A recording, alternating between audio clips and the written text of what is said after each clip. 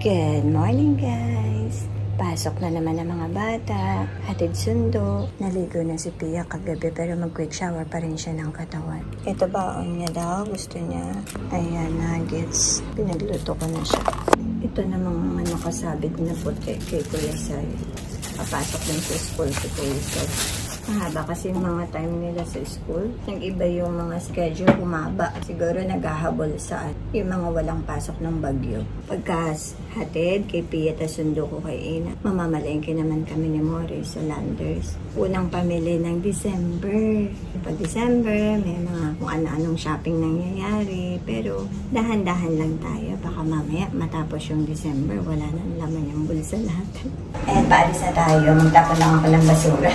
Nandiyan na yung girl. Ito, first week, ito ang unang pamili natin ng December or bago magpasko. Puro pamili tayo ngayon. And sa bahay na tayo mag-haul as usual. Takot ako sa bulate. Ito na tayo dumaan. Magandang araw pero medyo gloomy. Magandang araw pero medyo gloomy.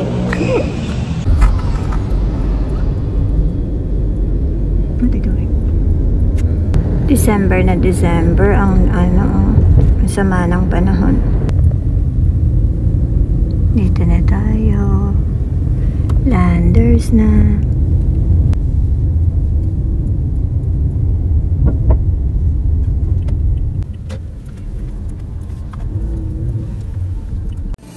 Dito na tayo. Ayan, maganda. Tingnan natin to. Nakaparang on sale na. Walang tao, oh. Meron silang parang pabanda dito. Naririnig na maingay. Ayan, sale na siya. Ayan na ang update sa ating cart. Sa bahay na lang tayo. Ito pala yung nangangaroling. Ayan. Ito pala yan ito.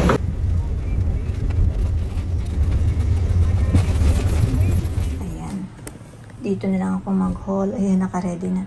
Kasi si Summer hawak lang ni ate. Konti lang naman to. Ayan. Dito lang tayo mag-haul, no? Mabilisan. Ito, marinated bangus. Kakabili lang ni Morris na siopaw sa Hyper. Bumili ulit siya, naubos na kasi. Pinalmasal na kanina. Ayan, dalawa. 300 plus. Ito yung gustong nuggets sa mga bata. Yun lang yung medyo hindi namin gusto sa Landers. Sa meats lang naman. 0.6 lang yung mga timbang eh. Hindi katulad sa SNR talagang 1.9, 1.6, ganyan yung mga timbang. Kaya parang ang dami tuloy oh. Ito, 2 kilos lang to. Kaya sa meats doon kami mamimili sa SNR. Ay ano to, beef to. Tapos, ayan, chicken, longganisa pang almusal, madali ang kain, beef caldereta, and pork rib na ito yung nasa ilalim. Hindi ko na talaga mabuksan. And eto, ayan pa yung iba, pork premium, tapos full chicken. Ito, pang fillet na garlic butter. Ayan, kaya kumuha ako ng chicken today. Tapos, yan, mga chicken lang to. So, ayan, pasok ko na siya sa freezer muna. Tapos, magluluto muna ako. Magluto muna ako dahil kami ay gutom na. Para mapakawala na sa sana. Hindi nga kami nakabili ng bigas. Dahil kung ano na yun. Naku. Wala.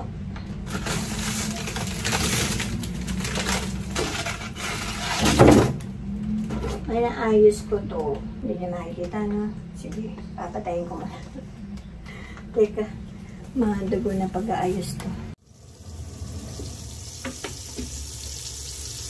Sobrang gutom. Nag-siopaw pa kami ng lagay na yan bago kami umalis. Malakas talaga makaburn yung ano, no? Puro lakad. Uhaw. Uhaw ng lakad, gutom. Kaya kakain muna tayo. Tapos laban ulit. Kasi haul natin ito.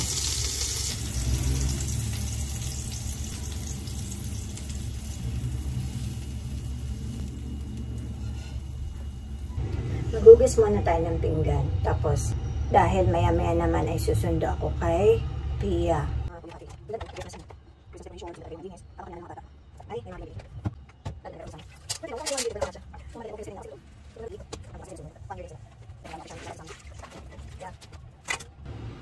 Nandito pa din ako guys, pero wala na dito. Eto na.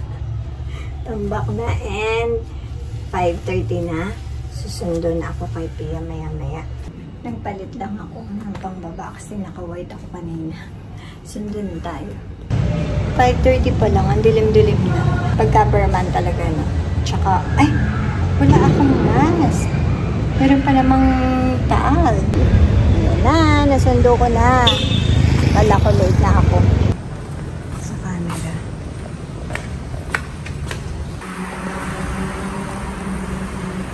Konting kain na lang ng burger. Ay, ng burger patty, ng beef. Tapos tatongpad ko na gano'n, no? Like, iyan na. Grabe. Bawal tayong mapagod, mga mamshi. Pagmulat ang mata natin sa umaga, tas hanggang hapunan, doon na tayo pwede magpahinga. Doon na tayo pwede mag-cellphone. Naku, ayun na. May kumakain na ng mga ipuput away ko na mga grocery. Tapos ito, nililigpit na daw ni ate. Sabi ko kasi, ano kaya mga kutkutin ang pwede makuha dito? Pagtingin ko, puro granola yung laman na ito. Coco Pop! Yes. And seaweed! Oh, ayan. Buti may katulong na ako. Lalampaso na lang ako at luto ng hapunan. Sige, ikaw mag-put away niyan. Kayo, Ina, tulungan niyo si ate, ha? Okay. Si Ina naman ay nag-extend ang klase nila ng hanggang 2 o'clock ng hapon. Sige, sige. Ayan, dito konti lang. Tapos lampaso ang pinaka-big time dito. Dahil dito, ito ang salarin eh. Grabe eh. Lagi, twice a day. Yan o. Ganyan ka, kalagkit dahil sa kanya yan. Sabi ni Kuya, magiging toro na daw to dito. Kaya hindi kami namili ng delata kasi ang dami pa. Kakapamili na ni Morris. Kailangan pang mag-grocery ng kape. Tsaka yung mga hindi namin nabili na wala doon sa Landers. Ito yun o.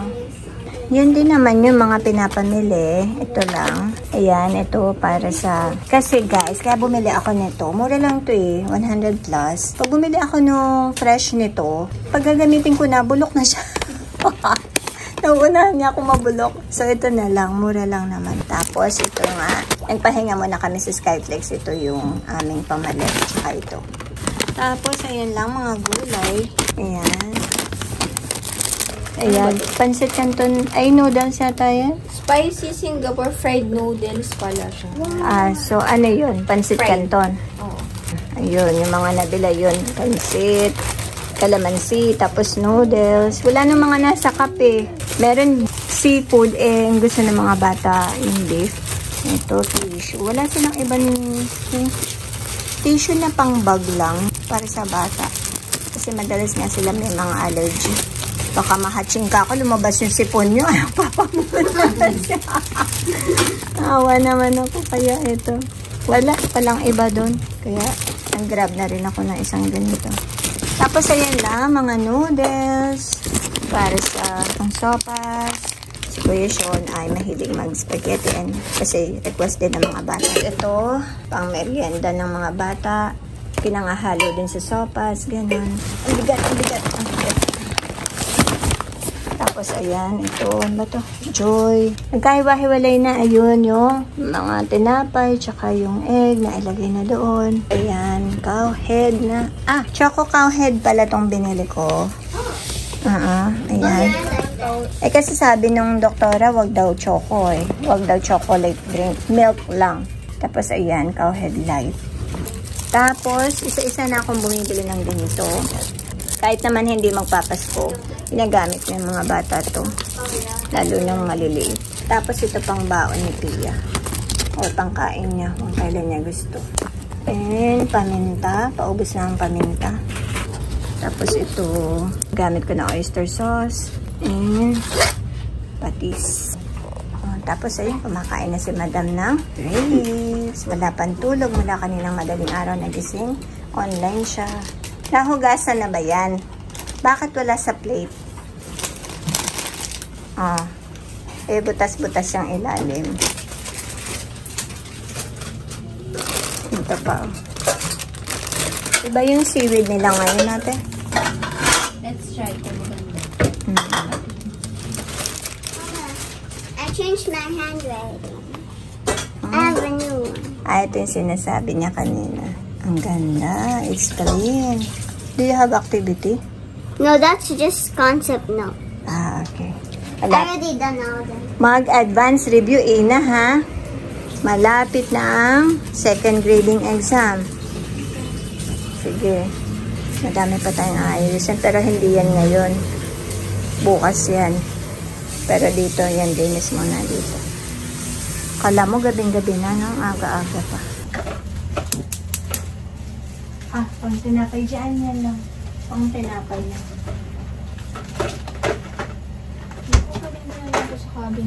Wala. Yan yung mga pang daily. Ito yung mga dapat italagay yan. Hindi na ito.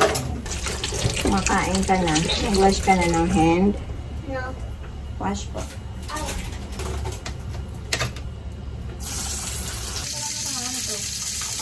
Wala na to. Hindi na to. Hindi na to. Sa ina. Sa allergy niya to. Kailangan yan. Oo, masustansya yan. Masustansya yan. Nilagay ko sa mga ano din. Cinnamon, sabaw. Wala naman siyang lasa. Hindi. Ito pa rin nilalagay sa avocado. Dumami na yung niluluto ko. Maghahapon na daw si Mauricio at mga bata. Pero magluluto pa rin ako ng isda. Gusto ko yan sa atin ng isda.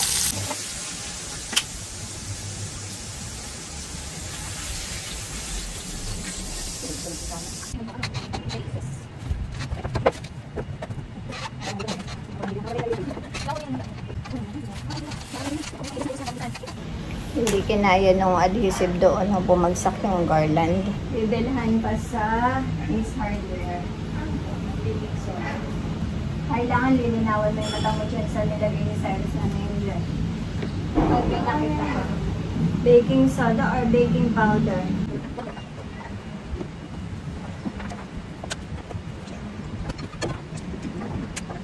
Hindi makita ang mga madalas na yan. Hindi, ang sabi ko nga, kung ano yung gamitin, yun yung ibungad. Kaya tayo nag-organize ay para maging komportable at madali lahat gawin yung mga bagay-bagay dito sa kilos sa bahay. Kaya sinasabing organization. Pero kung mag-aayos, dapat kasi pag nag-organize, yung gamitin yung nakabungad o yung nasa baba. Yung nasa taas, yun yung mga hindi gamitin o yung mga nasa likod. Pagka lalaki talaga, hindi nila alam. Basta nalinis nila, okay na lang din yun. At least may nagawa. Tayo mga babae kasi, masyado tayo maayos, madetalye. Napipiko na nga ako guys, gusto ko nang tumigil sa pag-vlog, mag-sermon at maglinis na lang ako. Kami, hindi ko talaga natatapos yung vlog ko. Dahil pag uminit ang ulo ko, patay ang camera, init ang ulo, linis ang walang camera, gano'n, or kilos ang walang camera. Yun nga sabi ko nga kanina sa elevator. Hindi pwedeng mapagod ang nanay, pero hanggang dinner, mula almusal hanggang dinner or hapunan, doon pa lang pwede magpahinga ang nanay. Lapit ko kayo, masyado nang malayo. Ayan, para makita niyo yung pag-aayos ni ate doon. Mainit na ang ulo ng nanay niyo, guys. Tumayo na kayo. Ang betting. Pag di pa kayo tumayo, asahan niyo may bulkan talaga yan. Gusto niyo ba masabugan ng bulkan o ayaw niyo? Buti kung ako lang yung nandito tahimik. Ito yung a day in the life natin, guys. Ganito talaga yung nangyayari. Walang script yan. Ganyan. Kay Pia, kay Ina, kay Ate, kay Kiyon, tapos sa akin. Wala yung mga kalakuya. Dati ayaw niya Pia ang burger patty, ayaw niya ang cheese. Ngayon, sobrang gusto na niya. Sarap. Siya nagpalaman yan. Pumili rin pala ako doon sa pharmacy. Sabi ni Mars, may pharmacy ba ang Landers? Meron ko sa gilid. Tapos may libre pang pagupitan. Yung ngayon lang din niya nalaman na may libreng pagupitan doon. Basta papakita mo yung resibo, mag-grocery ka muna, tapos papakita mo yung resibo. Tsaka ka pwede magpagupit. Pero kung pupunta ka lang doon para sa free haircut, parang bawal yun. Hindi. Nakakalimutan ko lang, siguro, 1 week ago. Tsaka mo palang naalala na magpagupit, no? Baka pwede, basta dala mo yung resibo mo na nag-grocery ka. Baka valid pa naman yun. Pinulhan ko si Kuya Sai ng yung gasa. Isa na lang kasi nandito. Binibendahan niya kasi yung isa niyang daliri. Kasi gumanon. Diba ayan diretso. Gumanon. Yung lahat ng daliri ng kadiretso, ito lang yung nakaganon. Naano ng basketball. Aksidente na naman. Alam mo ba na na-aksidente yung si Kuya Sai dati? Natutulog ako hapon. Konting kwento lang. Para pampahaba lang sa vlog. Para nagre-relax din yung katawan ko mula dumating kaming nag-shopping sa Landers. Hindi pa ako nauupo. Ay hindi, nakaupo naman ako nung kumain ako ng burger. Tapos laban na naman, ganun. O, diba? Sa upo pa lang, may kwento na. So, ayun nga. Siguro mga siya nun, age of 13, 14. Ganun ang edad ni Cyrus. Napakahiling niya talaga sa bike, sa basketball. Nagpaalam siya sa akin, magbabasketball lang kami ng mga kaibigan ko. O, sige, tulog ako ng hapon, siesta. Hindi pa tumatagal, bumalik na sa akin. Ma, sabi niya, na-aksidente ako sa basketball. Alam mo ba? Siyempre, kakadilat mo pa lang, no? Pa-letter S. Ito, laglag to. Ito niyan. Basta, biyak tong buto niyan to. Pag ganyan yan, hindi ko ma-explain, basta pa letter S yung dito niya, ito niya, wala yan. Kaya meron siyang malaki dito na opera. So, ako naman, pagka ganyan, hindi mo sa akin makikita na medyo bata pa ako ng konti noon. Hindi ako pala panic pa. Yung lang, o sige, relax ka lang. Sabi kong ganon. Pero ikaw pa rin papanik. Oo. Kailangan hindi natin papakita nagpapanik tayo sa anak natin para hindi rin sila magpapanik yung sobrang manonervous dahil nakikita niya, lagbagsak yung kamay niya. So, sabi ko, takpan mo yung kamay mo, mag-inhale, exhale ka, uminom ka tubig kasi yung butil-butil talaga yung pawis niya sa sakit siguro. Tsaka syempre, bata pa siya noon. So, good ka na sa naka-jeep lang kami. Walang pera noon. Sabi ng kapitbahay namin, taga Pasig yun. Sa sa Pasig yan, libre lang yan. Pasig Hospital, malaki. Punta kami doon. Kinasting siya. Bili ng casting, ganyan. Yung pala, mali ang kakakasting. Bakit? Nagpunta kami sa orthopedic. May nag-recommenda naman sa amin na dalhin sa orthopedic. Dinala namin sa Orthopedic Manila. Pagkakita pa lang, palapit pa lang si Cyrus, mali. Agad nag-comment dun sa casting niya. Kung hindi nagkamali, yung unang ospital na pinuntahan namin, hindi dapat maka-opera si Cyrus dahil bata pa siya. Yung buto niya, bata pa. So, ayun, na-opera siya. Nun, hapon pinasok ka na, bukas na ng umaga siya nakalabas sa ospital, sa operating room. Ang dami namin pinagdaanan nun. Tapos nakikita ko yung mga nandun sa may orthopedic. Grabe. Meron sa ulo, meron dito sa nakita. Public yun, diba? Libre. Pero, ang bakal, ikaw ang bibili, ikaw na pasyente, ikaw lahat bibili mo. Hindi pala basta-basta nabibili yung mga ganong bakal. Basta, ang dami ko nang experience sa mga anak ko. Kaya ngayon ang umedad ako, sabi ko, alam mo na maraming disgrasya yung basketball. Ang kaso, gusto niya maglaro, mababawalan mo ba? Pero alam mo ba, sabi ko sa kanya, alam mo ba, swerte yung mga ganyan yung mga kamay. Nabengkong, tawag na bengkong. Bigla siya naging si Kuya Will eh. Oo, si Willie Revillame. Marami na ako nakita yung mga daliri ng nakaganon. Yung hindi diretso, yung mga nakaganyan. Ang yayaman. Natural yung Oo, yung totoong baliko-baliko yung dito nila. Mayayaman. Sabi ko, yayaman ka. Kaya lang baka konti lang kasi ito lang. Totoo, sinabi ko yun sa kanya. ito lang yayaman. At least yung pinakamatangkad yung bumalik ko, yung to the highest na yun sa niya, level niya. Kung mali doon, hindi pala pang payaman to, pinantay lang pala. Sabi nga niya, konti lang kasi yung sipag ko, kaya isa lang yung bumalik. Yan lang kwenta ko, guys. Kakagising. Ay, ito. Sabi niya, gusto daw niya, Miss Rachel. Tuwa siya.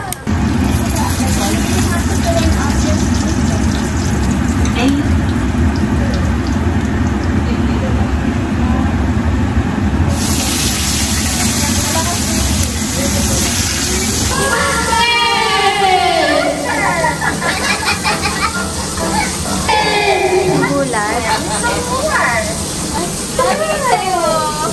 Kaya yung motivation nakatingin na sa'yo.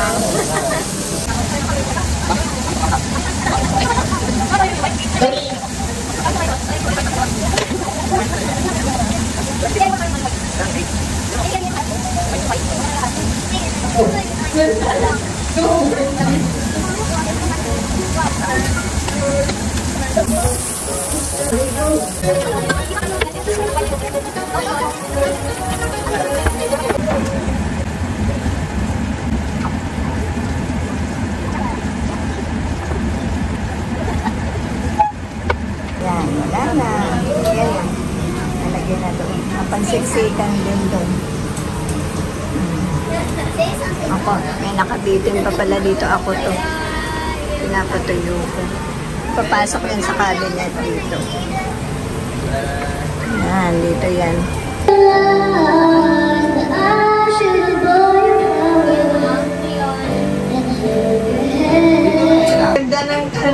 Ayaw kong kumanta, pinipilit nila ako. Walang warm up, biglang mataas yun.